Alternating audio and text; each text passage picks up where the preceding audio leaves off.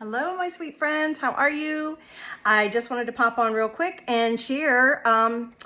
It's time. It's time to take this off. Easter is a week from today. I need to go ahead and get this taken off and then possibly put something new on. I haven't decided what yet.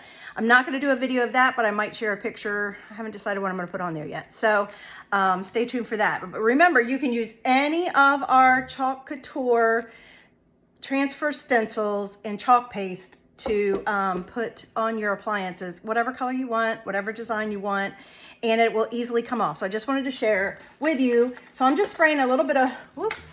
Ooh, we're gonna have a big old, making all kinds of noises and stuff. Big old running mess here. But basically all I'm doing is just spraying a little bit of water on there because that was wet chalk paste that dried hard to the touch. So now what I'm gonna do, I guess I can lower that a little bit. Now what I'm doing is reactivating the chalk, making it moist again so that I can just take my handy dandy scraper here and scrape it right off. If you don't have one of these kind of handy dandy scrapers, they're available in my shop, but you can also use something else that you could scrape with. A Pampered Chef scraper. They even have those little, I think, Cricut scrapers at the Dollar Tree. Anything like that would work. Just something to pull off your chalk paste. So here's my chalk. That's all the chalk it took. And then what I usually do from there, that can just get washed. I usually take some kind of paper towel. This actually is just a